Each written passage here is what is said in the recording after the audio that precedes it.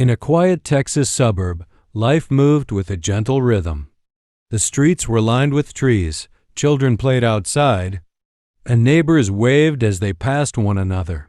For most, it felt like an ordinary, safe community. But beneath the calm, trouble was on its way.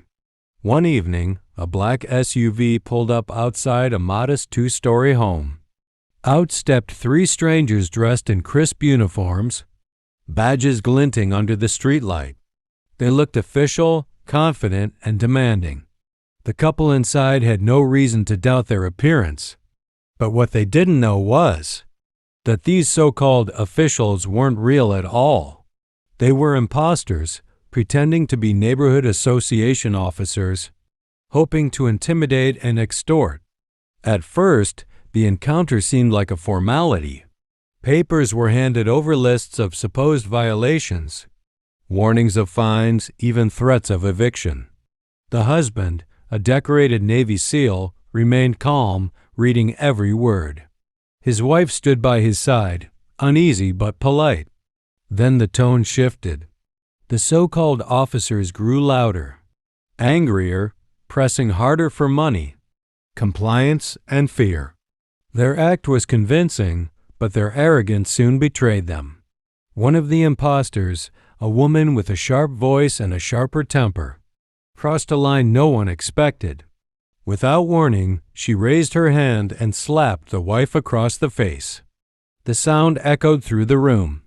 The wife staggered back, shocked and humiliated. For a brief moment, the world went silent. But then everything changed. The husband's eyes hardened. Years of training surged through him. He had faced enemies on foreign soil, stared down threats most could never imagine, but this was personal. This was his home, his family, his wife. In one swift motion, he stepped forward. Calm, precise, unstoppable. His fists landed with the force of experience, his movements sharp and calculated. The imposters, who moments ago wore smug smiles, now stumbled backward in fear. Their fake authority crumbled with every strike. The fight lasted seconds, but its impact was eternal. Broken pride, broken masks, broken faces. The truth lay scattered across the floor alongside their counterfeit badges.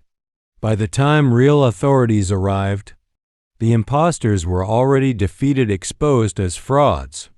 Neighbors gathered outside, whispering in disbelief at what had unfolded just